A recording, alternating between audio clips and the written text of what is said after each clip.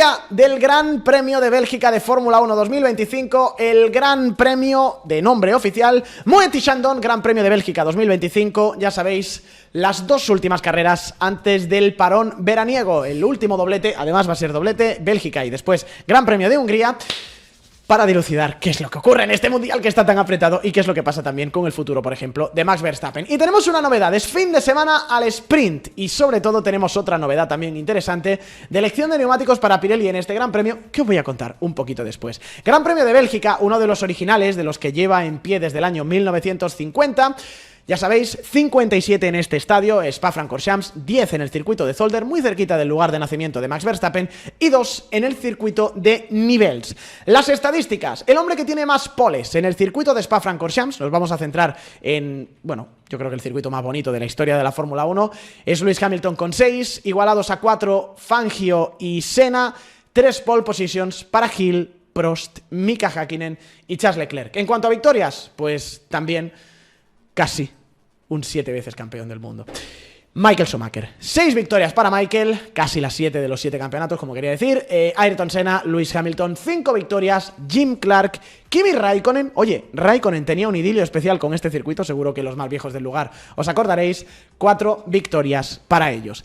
El circuito es espectacular, es uno de los sitios más bonitos, no digo del panorama automovilístico, sino del universo, de la biosfera. El circuito de Spa-Francorchamps, enclavado en medio del bosque de las Ardenas, lugar donde hubo batallas épicas en la Segunda Guerra Mundial y que ha visto batallas también épicas por el automovilismo. Circuito larguísimo, 7.004 metros, 44 vueltas, una distancia de 308,52 kilómetros y una vuelta rápida que se marcó el año pasado por un hombre que de momento no está en la parrilla, Checo Pérez, con un tiempo de 1.44,701 milésimas. Puntos clave del circuito, a ver, absolutamente todos. Entonces vamos a hacer una cosa diferente para esta guía y es, os voy a poner el mapa, os voy a poner el satélite y os voy a explicar las curvas y sobre todo el origen del nombre de las curvas del circuito de Spa-Francorchamps. A ver, antes de nada, os pongo aquí en el dibujo 2 zonas de DRS, esto es importante tenerlo en cuenta, recta principal y después la recta que va desde la curva 4 a la curva número 5, que es la recta de Kemmel, así se conoce habitualmente, y el tema de las curvas. A ver, todas las curvas, todos los puntos de este circuito son importantes. Curva número 1, se conoce como la Source. Además, me encanta, chavales, porque la imagen del satélite es la imagen de Gran Premio. O sea, vais a ver que hay coches incluso en el satélite. Curva número 1 es la Source. ¿Por qué se llama la Source? Bueno, porque recibe el nombre de las diferentes fuentes de agua que tiene la región. Curva número 2. Y aquí empieza el conflicto. A ver, la curva número 2 es Eau Rouge, pero tiene su interpretación. En realidad, todo este complejo de aquí se llama Le Radillon d'Eau Rouge, que es básicamente la estrecha subida de Eau Rouge. La curva número 2, que es esta de aquí, la de izquierdas, solamente esta de aquí, la de izquierdas, es lo que nosotros conocemos como Eau Rouge. ¿Por qué se llama Eau Rouge? Eau Rouge viene de un pequeño afluente, que se llama así también, de 15 kilómetros del río Amblève, que se llama Eau Rouge. Y su nombre, que es agua roja, en español, proviene de un color rojizo que tiene el agua por la presencia de depósitos de óxido de óxido de hierro. Y además es un río importante este río, este riachuelo básicamente, que pasa justo por debajo, no lo vamos a ver aquí bien en el mapa, pero justo por debajo de aquí, en esta zona de aquí, está Eau Rouge. Es un afluente que sirvió de frontera, por ejemplo, en algunos periodos, por ejemplo, era frontera entre Colonia y Tongeren en el Imperio Romano, frontera entre los Países Bajos y Prusia, luego frontera incluso en algún momento entre Bélgica y Prusia, y es lo que conocemos como Eau Rouge. La curva de derechas, la siguiente, que es la curva número 3, esta de aquí, es el Radillon, ¿vale? Entonces no nos confundamos. La chicane no es Eau Rouge y esto de aquí arriba es el Radillon, o todo esto de aquí es Eau Rouge y luego Radillon, no. Eau Rouge es la curva número 2, curva número 3, el Radillon. Esto de aquí, a priori no tiene nombre. La curva número 4 no tiene un nombre claro. Podríamos decir que a lo mejor el nombre puede ser Kemmel, pero Kemmel quizá es el nombre de esta curva de aquí que no tiene nombre, que da luego entrada a la recta de Kemmel, evidentemente. Llegamos a las curvas número 5, 6. Esta chicane, pero la curva número 5-6 es... no es la chicane del muro, no es la curva del muro de los campeones. 5-6 es Le Combe, esta chicane de aquí. esta chicane de aquí. ¿Qué significa Lecom? Básicamente, Lecom significa pequeño valle o garganta. O sea, que a partir de ahora, esto va a ser la curva de mi pueblo, la curva de Garganta. Mi pueblo se llama Garganta la Olla, Lecom es garganta, ya está. Pues Lecom 5-6, la curva de mi pueblo.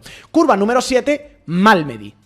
¿Por qué se llama Malmedy? Porque si hacemos zoom out en el mapa, vemos que aquí hay una población, no sé si lo podéis ver bien en el satélite, que se llama Malmedy. Esto de aquí es Malmedy y era, bueno, pues una de las carreteras que se unía con el circuito de Spa-Francorchamps, por tanto, mantiene este nombre. Nos seguimos adelante. Curva número 8, Bruxelles. A ver, toda la vida se ha llamado Rivage. ¿Por qué? Porque hay aquí una aldea cercana que se llama Rivage, entonces recibía la curva el nombre de Rivage, pero a partir de ahora, de hace unos años, se llama Bruxelles porque, bueno, en fin, es la capital de Bélgica. Curva número 9, esta me hace mucha gracia, Speaker's Corner, la curva del speaker. Speaker Corner, al final dicen que es la curva del speaker porque aquí esta curva solo se podía ver desde una cabina de comentaristas que estaba situada en este punto. Yo no lo sabía, pero esta curva lleva mucho tiempo, oficial o semioficialmente al menos, llamándose curva de Jackie X.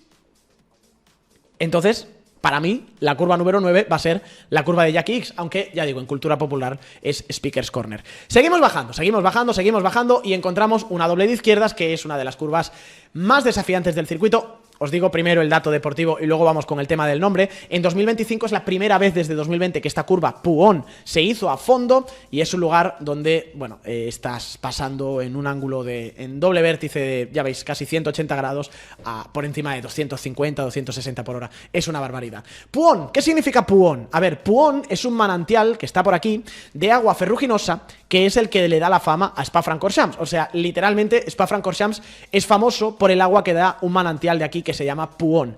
¿Qué significa Puón? El lugar del que brota el agua. Vale, seguimos adelante y nos encontramos aquí las curvas 12 y 13, que son las curvas Fagnes. Hay gente que lo llama Pif Paf, me hace mucha gracia, por cierto, ese nombre, Pif Paf, pero el nombre oficial es Fagnes. ¿Por qué? Por la región de Fagnes, que es donde se ubica la villa de Francorchamps, que es la que recibe o la que le da nombre a este circuito. Curva número 14, curva Campus, pues porque lo veis aquí, hay un campus tecnológico en el interior, es un campus que está basado principalmente para ingenieros y para la investigación relacionada con el automovilismo. Sí, hay un karting, por cierto, en el exterior de la segunda de Fagnes hay un karting, o en el interior de la curva de campus. Luego después tenemos curva número 15, Stavelot. ¿Por qué? Porque por aquí hay una población, aquí lo tenéis, que se llama Stavelot. Es que el circuito antiguo unía Stavelot, Francorchamps, Spa, diferentes poblaciones. Por cierto, bueno, lo vais a poder ver en Soy Motor en algún momento. Entonces, por eso recibe el nombre. Curva número 15, Stavelot. Y luego después, a ver, no es curva 16 exactamente, es justo la salida de Stavelot. Es una cosa rara porque en la web de Spa-Francorchamps dicen que es la inserción, es decir, esta de aquí con el circuito antiguo. Paul Frère. ¿Quién es Paul Frère? Era un piloto y periodista belga, uno de los primeros escritores de automovilismo. Tiene libros sobre los Porsche 911, que es espectacular, y libros sobre pilotaje espectacular. Un tío muy reputado en Bélgica y en el circuito de Spa, Paul Frère, que creo que falleció en el año 2008, me parece. Y, bueno, pues esta sección de aquí, que ni siquiera es curva, recibe su nombre. Curva número 17, Blanchimont, porque hay una población que se llama Blanchimont. Y luego nos vamos a la chicane, que seguramente yo os voy a preguntar, oye, amigos, ¿cómo se llama la chicane? La gente que está en la caja de comentarios de YouTube, la gente que nos está viendo en directo ahora. ¿Cómo se llama esta chicane de aquí? Y habrá muchos de vosotros, los más viejos del lugar, que diréis, la chicane es Base Stop. ¡Mentira! Mentira. Nunca se ha llamado Base Stop. La chicane se llama chicane. El nombre de la chicane es chicane. Lo que pasa es que cuando estaba el tramo de carretera abierto, había una parada del autobús. Y todo el mundo la llamaba la parada del autobús, la llamaba Base Stop. Pero oficialmente el nombre ha sido siempre chicane, que son las curvas número 18 y número 19. Aquí termina este paseíto, espero que os haya gustado este paseíto histórico por el circuito de Spa-Francorchamps, ya digo, nombres absolutamente míticos en cada una de las curvas. ¿Qué pasó el año pasado? Por seguir haciendo repaso histórico en este Gran Premio de Bélgica. A ver, 2024, ya sabéis, el año del doblete, hasta que los comisarios dijeron lo contrario, del equipo Mercedes. Russell por delante de Hamilton, descalificaron a George Russell. que hizo una carrera extraordinaria, primera posición con una estrategia muy inusual, una sola parada para él. ¿Qué ocurrió? Que no dio el peso mínimo, entre otras circunstancias, y esto hay que tenerlo en cuenta este año también. No hay vuelta de regreso a boxes en el circuito de Spa-Francorchamps, por tanto, no hay tanto tiempo para recoger virutas de goma, por tanto, si haces una estrategia de una sola parada, como hizo Russell el año pasado, los neumáticos no pesan tanto al final de la carrera, no tienes la opción de recoger goma, y eso hace que el coche dé bajo peso, que es lo que le pasó a Russell. Entonces lo descalificaron y la victoria fue para Lewis Hamilton, la victoria número 105, por delante de Piastri, que fue segundo, de Leclerc, que fue tercero. Max Verstappen salía en la 11ª posición, terminó cuarto, 11º por sanción, por cambio de motor, y Sainz, sexta posición, Fernando Alonso, octava posición. A ver, estrategias del año 2024. Lo que tuvimos con la elección de neumáticos que trajo aquí Pirelli, que fue el neumático C2, C3 y C4, fue estrategia, a ver, ganadora en pista, luego evidentemente eliminada porque el coche no era legal, una parada de George Russell, neumático medio a neumático duro. El resto de gente, neumático medio de salida y luego duro. Había gente como Verstappen también, que salía mucho por detrás, hizo un pequeño undercut al inicio y bueno, luego hizo un último stint con el neumático medio, que optaron por esa medio, duro, medio, pero en general la estrategia elegida por la mayoría de la parrilla, el podio al menos, se compuso con estrategia medio, duro. La cuestión, que este año hay cambios. Señoras y señores, Pirelli se ha puesto la 10, Pirelli ha salido a jugar por el equipo y ha hecho una cosa que pasaba mucho tiempo que no veíamos en Fórmula 1, y es salto en la elección de neumáticos. Señoras y señores, este fin de semana tenemos el C1, C3 y C4. ¿Qué significa esto? Que el neumático C1, el más duro, no es consecutivo al C2 y C3. Es decir, que vas a tener un neumático muy duro en conjunción con dos neumáticos muy blandos. Esto hacía mucho tiempo que no lo veíamos en Fórmula 1. ¿Qué creo que ha pasado aquí? Que Pirelli ha estado muy lista, ha recogido el guante de lo que hizo Russell el año pasado y ha dicho, ¡hey!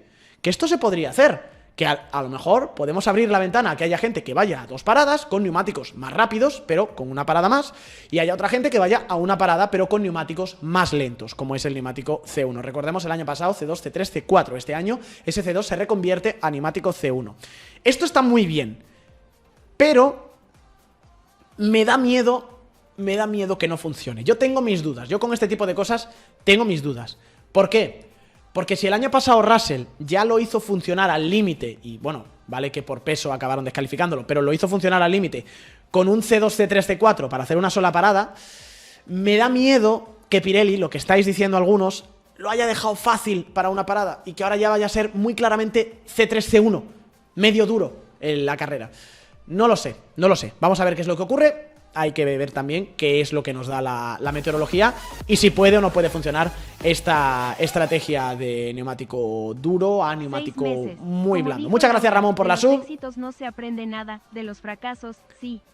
Perfecta frase. Muchísimas gracias, Ramón, por la suscripción. Ahora te digo cuál es el regalo al que puedes optar. Entonces, esto es lo que ha pronosticado, es lo que ha hecho Pirelli, lo que ha creado para este gran premio. En cuanto al circuito, bueno, ya veis que es 3 laterales muy alto. Tenemos pues muchas curvas rápidas en este circuito, sobre todo la doble de Puón. Tenemos también la chicane de Fagnes. Evidentemente hay que guardar también cierta rigidez estructural, por eso ese neumático C1, por ejemplo, en la subida de Eau Rouge, pero me sorprende que se aventuren con ese C3 y el C4. A mí, ya digo, lo del salto no sé si va a funcionar, pero me mola la elección de neumáticos que ha tenido Pirelli. Tracción 4 de 5 y luego la mayoría, pues medianía, 3 de 5, es decir, un circuito de toda la vida. Neumáticos delanteros sufren mucho y sobre todo también los neumáticos de la parte izquierda por esas curvas de alta velocidad, esos apoyos de alta velocidad a los que se ve sometido el neumático en este circuito de Spa-Francorchamps. Y con todos estos datos, pues nosotros lo hemos metido en el ordenador, lo hemos juntado en la coctelera y el Soy Ordenador nos ha dicho que este es lo que él pronostica como orden para el Gran Premio de Bélgica en la parrilla de este fin de semana. Es un circuito con una velocidad punta de 4/5, de curva lenta 4/5, curva rápida 4/5, desgaste 3/5, es decir, es un circuito completo, es un circuito duro para los coches y por tanto el coche más completo es el mejor coche para este fin de semana. McLaren, es lo que dice nuestro ordenador, es el equipo que va a dominar o al menos que va a tener el mejor monoplaza en el Gran Premio. Por delante de Ferrari, tercera fuerza Red Bull, cuarta fuerza Mercedes, quinto Racing Bulls, sexto Haas, séptimo Williams, octavo Aston Martin, Novena fuerza Sauber, décima el equipo Alpine, que de momento está abonado a la última plaza. Evidentemente todo esto hay que pasarlo por un tamiz, que es el de la meteorología. No nos quitemos la ropa todavía, pero sí, cuando miramos la previsión, al menos en Google, sé que me matáis cuando miro la previsión en Google Weather, pero a mí me funciona. Hay nubes, hay lluvia para el domingo. De momento es un 25% para el momento de la salida. No sé si va a llegar la lluvia en algún punto. La meteorología cambia mucho, es muy variable en Spa-Francorchamps, entonces podríamos realmente ver que sí, que puede haber cambios de meteorología y podemos tener condiciones mixtas, ojalá que sí, para que nos den más espectáculo en este Gran Premio de Bélgica. Y a partir de ahí, pues ahora toca lo de siempre, que es ver cómo llega cada uno de los equipos a este Gran Premio. Vamos a empezar con Alpine, último clasificado. Es curioso porque Alpine es el último clasificado, pero lleva 19 puntos, lo que lo convierte en el equipo de la historia, el último clasificado con más puntos de la historia de la Fórmula 1. 2025 a la basura y piensan en 2026. No sé si esa es la estrategia que están siguiendo en el equipo Alpine. Podría ser. Ya sabéis, el rumor, lo que yo os aventuré en un momento dado y que ahora ya está empezando, el agua es demasiado difícil de parar como para que la prensa no lo diga, que, bueno, pues quizá esas conversaciones que había entre Wolff y Briatore no eran por Valtteri Bottas, sino que eran para alojar a Kimi Antonelli ahí el año que viene, en caso de que Max Verstappen recale en el equipo. Ya digo, era un poquito la cortina de humo, yo creo, del Bottas-Briatore, que por otro lado, no sé si va a pasar o no, para mí no tendría demasiado sentido. ¿Russell podría terminar en este equipo también? Pues, quién sabe, ¿por qué no? Lo veo más complicado por el caché que tiene Russell, las victorias y bueno, las luchas que ya ha tenido en Fórmula 1. Hablaban en la previa de este Gran Premio en el equipo Alpine, ya digo, dando mucho pie al año que viene, diciendo que bueno, que hay confianza en 2026 por ese motor Mercedes, que de momento la comunicación con la marca ha sido buena, que el motor se adapta al chasis y que McLaren ha demostrado en esta guerra por ser campeón del mundo que un equipo cliente pues también puede ganar a su equipo de fábrica. Haas. Ocon dijo que las actualizaciones que llevaron a Silverstone, esto lo dijo en Goodwood, han funcionado, así que paso adelante. Objetivo también, esto lo dijo en Goodwood, de la segunda mitad de año, pues estar al frente de la zona media. Son 30 puntos, no es tanto en el fondo de diferencia que tienen contra Williams, así que no es tan difícil que Haas pueda estar ahí. Y os voy a tirar una, voy a tirarme yo aquí un poquito el pisto, os voy a tirar una que no ha entrado en muchos radares, pero que, ¿por qué no?, podría pasar el año que viene en medio de la loca silly season que podríamos ver en caso de que Max Verstappen se vaya y con otros actores que van a tener que buscarse un asiento para la temporada 2026 de Fórmula 1. A ver, bien es sabido, todos lo sabéis, ¿no?, aquí que Haas tiene un acuerdo de patrocinio o más que un acuerdo de patrocinio, incluso Haas tiene un acuerdo técnico y con patrocinio también de por medio con Toyota, marca japonesa. ¿Qué piloto japonés de la parrilla actual se va a quedar sin contrato para la temporada que viene? Muy presumiblemente porque tampoco lo esté haciendo demasiado bien en el equipo Red Bull. Koji Watanabe, el presidente de HRC, ya incluso ha dado el visto bueno y ha dicho que no había problema en caso de que Yuki Tsunoda se fuera al equipo Haas porque no son Team Toyota. Esto, a ver, Ocon y Berman, lo hemos visto antes, tienen contrato hasta 2026. Pero esta no se ha hablado mucho.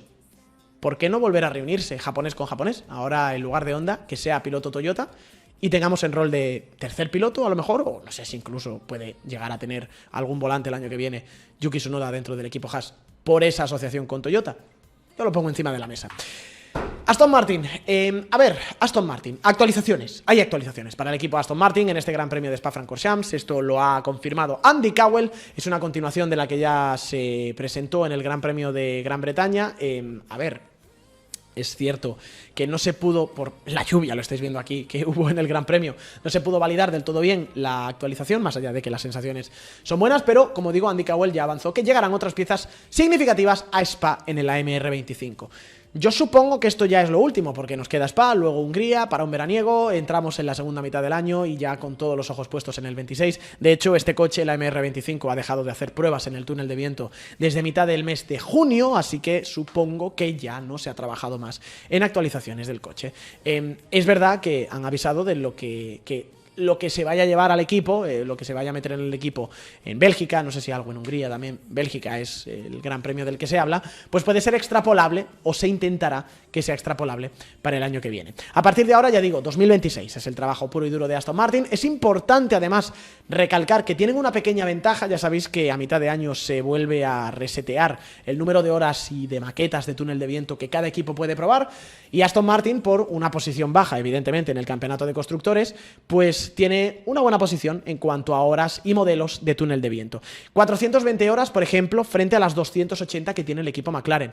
Y la verdad que está flipando Andy Cowell, esto me ha molado bastante, declaraciones que recoge la prensa internacional. Está flipando bastante Andy Cowell con el trabajo que se está haciendo con el túnel de viento y un poco el ritmo de trabajo en general que lleva el equipo Aston Martin en la nueva fábrica. Os leo declaraciones textuales del jefe del equipo. Dice, las nuevas instalaciones nos están ayudando a tenerlo todo al alcance de nuestra mano. Tener a los aerodinamicistas, que es una palabra muy difícil de decir, a pocos pasos del área de construcción y de la sección del túnel de viento, ayuda a acelerarlo todo. Ojo a la comparación del trabajo, del ritmo de trabajo de Aston Martin que mete Andy Cowell aquí. Dice, el ritmo al que estamos creando los cambios en el modelo del túnel de 2026 es mayor que nunca hemos tenido. Es como ver a 100 personas corriendo los 100 metros lisos en menos de 10 segundos. Muy bien por esta parte. Por terminar, esto no es bueno o malo, las informaciones lo tenéis publicado en nuestro canal de YouTube, estuvo hablando y diseccionándolo perfectamente ayer nuestro Jesús Muñoz por aquí. Ralf Bach de F1 Insider, ya sabéis, dijo que Honda parece que va en una dirección completamente diferente en cuanto a gestión de energía y batería de los motores del año que viene a lo que está haciendo Ferrari y Mercedes. No sé si es un renacimiento del 6-0 que hicieron en el año 2015. A mí, bueno, en fin, no quiero tirar las campanas al vuelo y tampoco quiero ponerme la sotana de curilla y tener que enterrar ya al equipo Aston Martin, pero me da miedo a veces cuando Honda hace esto de vamos por una cosa completamente diferente. Espero que no sea una cuestión de o champán o suero, puerta grande o enfermería. Racing Bulls, os prometo que ese coche que se ve ahí al fondo es un Racing Bulls. Me molaba mucho la foto y digo, la voy a poner. Alan Permain se estrena como team principal, como jefe de equipo, un hombre que lleva toda la vida trabajando en Fórmula 1, un tío apasionado de las carreras al máximo.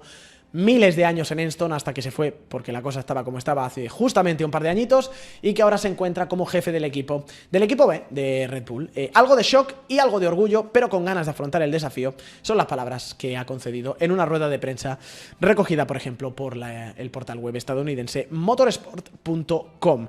Ha hablado Liam Lawson también, esto es interesante, estos son declaraciones a la web oficial de la Fórmula 1, ha dicho, bueno, ha refrescado un poquito Lawson sus declaraciones sobre el pequeño periplo que tuvo en el equipo Red Bull. Dice que ha habido tantas carreras y han sido tan seguidas que no ha tenido tiempo de reflexionar sobre lo que ha pasado, que su mentalidad no ha cambiado pese a ser relegado al equipo Racing Bulls.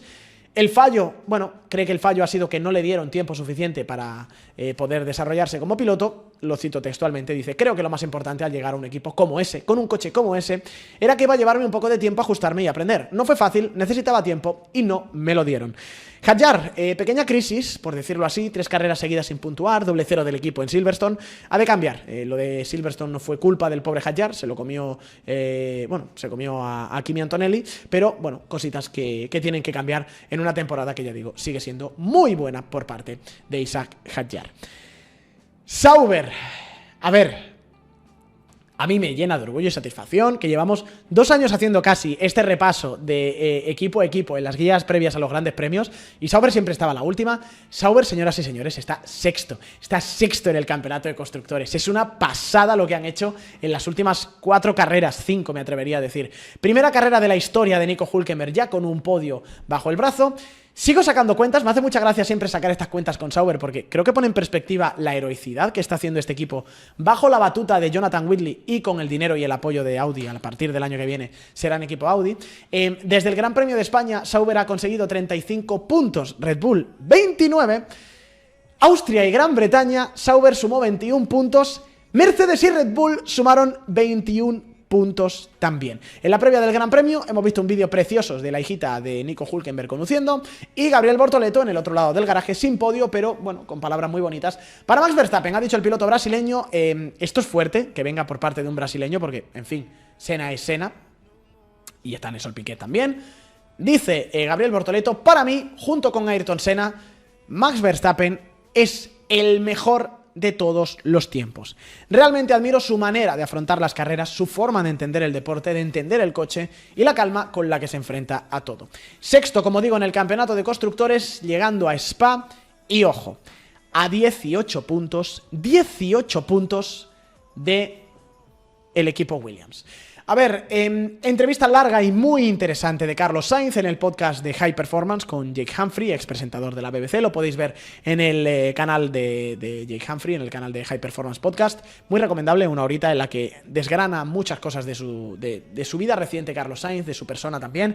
Os dejo titulares interesantes. Dice que Williams es una familia, cito textualmente. Dice, estoy en un momento muy feliz ahora mismo. En Williams he encontrado un equipo de carreras y una familia que está trabajando hacia lo que yo creo que es un objetivo muy desafiante, que es hacer Williams competitiva de nuevo. Si me hubieran dicho hace un año que la vida habría resultado así, estaría realmente feliz. Que fue un shock irse de Ferrari, cito textualmente también a Carlos. Las negociaciones estaban un poco paradas y de forma rara, porque desde octubre estábamos hablando de renovar mi contrato y seguían posponiendo el momento de la firma o de llegar a un acuerdo. Dice Carlos, nunca tuve sospechas, siempre sentí que estaban ocupados con otra cosa y nunca sentí que no fuera a pasar. De repente, a mitad de enero, finales de enero, recibí una llamada y de repente me enteré de que Hamilton iba a fichar. Lo escuché de un amigo que me llamó y me quedé en shock. Y tercer titular grande, que se tomó 2024 como el año de desarrollo de su carácter, el año de arco del personaje, como si fuera una película. Carlos estuvo rodando este fin de semana en la fábrica, en el festival que hace Williams en su fábrica en Grove, junto con James Bowles y coches antiguos muy bonitos del equipo Williams. Y Spa, llega el equipo al lugar donde consiguieron su última primera línea, su último podio con George Russell en el año 2021. Red Bull. Buah. ¿Y por dónde empezamos? ¿Por dónde empezamos, amigos, con Red Bull en esta previa del Gran Premio, en esta guía del Gran Premio de Bélgica? A ver, es la primera carrera de la historia del equipo Red Bull sin Christian Horner al mando, sin Christian Horner vestido de Red Bull, sin Christian Horner con los auriculares en el muro del equipo. Va a ser muy, muy, muy chocante cuando nos enfoquen al muro de Red Bull y veamos a Laurent Mekies vestido de Red Bull. Tengo ganas de escuchar qué nos dice en rueda de prensa, de la misma forma que tengo ganas también de escuchar qué dice Max Verstappen cuando se enfrente a los medios de comunicación en la seguro rueda de prensa de la FIA, a la que le tendrán que llamar porque no hay otra manera en la previa de este Gran Premio. Dice la BBC, os lo he contado antes en sección, que Max apunta a quedarse aunque todo puede cambiar en el equipo Red Bull. En caso de irse, el destino sería Mercedes y no Aston Martin, como también se había rumoreado. Malestar en el seno interno, esto es una cosa que ya os estuvo contando Jesús Muñoz también, sobre todo en el seno de la fábrica, en los trabajadores, en el núcleo duro del equipo Red Bull. Malestar con la decisión y sobre todo malestar también por cómo se ha gestionado por parte de los responsables o grandes responsables de esta decisión, como es Oliver Mintzlaff, el CEO de Red Bull, y Helmut Marko, el asesor y, bueno, pues mano derecha de decisiones importantes de la parte austríaca de Red Bull. Básicamente lo que decían los trabajadores del equipo Red Bull es que hubo chanza, hubo mofa por parte de Marko y por parte de Mintzlaff sobre el despido de Christian Horner, que Marko, por ejemplo, decía, sonreído un poco más, no pasa nada tampoco, hace falta que estéis tan tristes, y que Oliver Mintzlaff dijo algo así como que si alguien tenía alguna queja, que se la dijera a su superior y su superior se lo trasladaría, y luego dijo, no, que ya no tenéis superior, me lo tenéis que decir a mí. Es de mal gusto. Si eso es así, es la versión de una fuente de un trabajador que no ha querido dar su identidad a la BBC. Si eso es así, es feo. No sé si ha pasado así, pero cuanto menos es feo. A partir de ahí, nuevas actualizaciones, nuevas piezas, tanto en este Gran Premio de Bélgica como luego la semana siguiente en Hungría para el equipo Red Bull, dice Helmut Marko. Vamos a tener piezas nuevas en el coche para ambos fines de semana y esperamos que muestren un efecto positivo. Objetivo: que Verstappen se reenganche al campeonato. De momento, Max a 69 puntos de Piastri. Ojo, Russell a 18 puntos de Max Verstappen. Mercedes llega al lugar donde el año pasado consiguió doblete antes de la descalificación por el desgaste por el bajo peso de George Russell en el monoplaza. Creo que llegan en una peor posición que el año pasado, sinceramente. Coche, no sé si peor, pero con la competencia todavía más dura. Ha dado James Allison, el director técnico de Mercedes, una explicación muy buena de los problemas que tiene el monoplaza. Dice que la clave evidentemente está en los neumáticos y cómo hacerlos funcionar, que ellos en Mercedes no son los mejores gestionando la temperatura, que nadie salvo McLaren lo hace y es la clave, que la dificultad está en leer cómo se distribuye la temperatura cuando el coche se mueve, cuando frena, cuando derrapa, cuando acelera, alrededor de la carcasa y la banda de rodadura, porque eso evidentemente cambia mucho las composiciones químicas de los materiales y el agarre que tiene el neumático, que es todavía más difícil todavía con coches con efecto suelo que tienen cargas muy específicas en curvas de alta velocidad como estos, y que la suspensión trasera nueva se hizo para paliar este efecto y parece, por lo visto en las últimas carreras, Canadá sobre todo, que ha habido un pequeño paso adelante. Hablando de suspensión trasera, Ferrari trae una actualización, probó en un filming day, esto es importante, es legal, no es un test privado que ha hecho el equipo Ferrari, es una cosa completamente legal, pero en un filming day el equipo Ferrari pues ha probado una nueva suspensión trasera que tendría que darle un mejor feeling a Charles Leclerc y a Lewis Hamilton, mejor rendimiento. A ver, hay algunas conclusiones ya, las desgrana Franco Núñez en Motorsport Italia. Lo primero que dicen desde Italia es que la nueva suspensión y la actualización del suelo que viene adosada a ella le han otorgado en el túnel, es decir, sobre el papel, 1/10 de ventaja al equipo Ferrari, una ganancia de 1/10 en puntos de aerodinámica, que en los test de Mugello Leclerc y Hamilton no sintieron apenas diferencias con esa suspensión trasera, lo cual no es un fallo, no es algo malo en la actualización. ¿Por qué?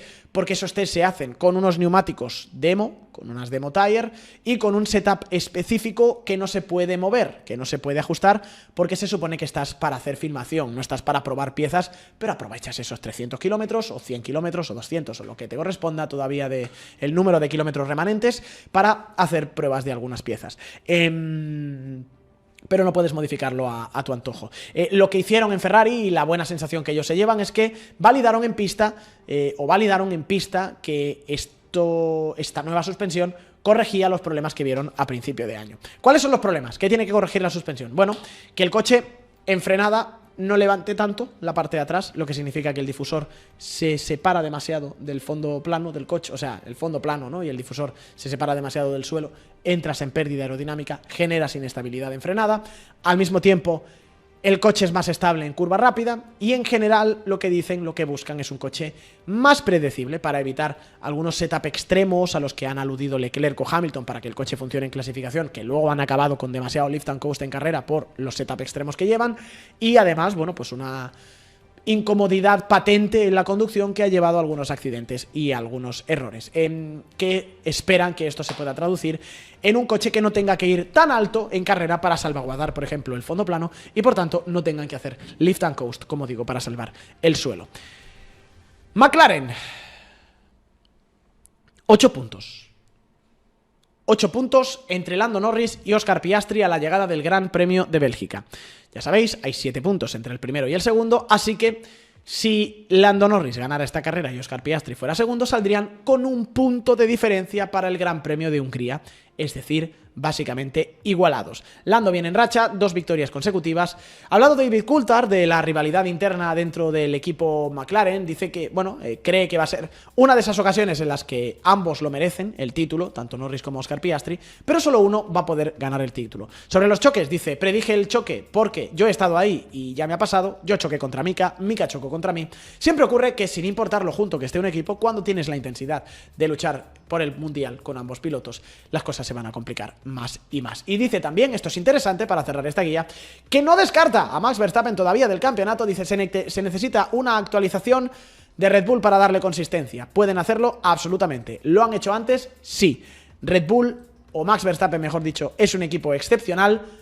Absolutamente. Esa, como digo, son pues las declaraciones, los vaticinios de David Coulthard en la previa de este Gran Premio de Bélgica, que, como digo, amigos, cambia, porque tenemos formato al sprint con estos horarios. Libres 1 a partir de las 12:30, no 1:30, una horita antes, el viernes 12:30, el viernes 25 de julio 12:15 estaremos en directo en los canales de Twitch y de YouTube de soymotor.com, la clasificación del sprint después de la única sesión de entrenamientos. A partir de las 4:30, 4:15 estaremos en directo en estos canales. La sprint, la primera carrera del fin de semana, 12 del sábado a las 11:30 estaremos en directo en los canales de Twitch y de YouTube de soymotor.com. Clasificación 4 de la tarde, 3:15 media empezamos con nuestra previa. La carrera el domingo, como marcan los cánones, perdón, a las 3 de la tarde.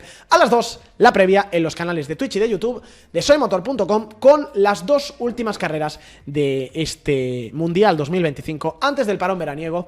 Llegamos a una cita clave, llegamos a un circuitazo, llegamos a Spa-Francorchamps.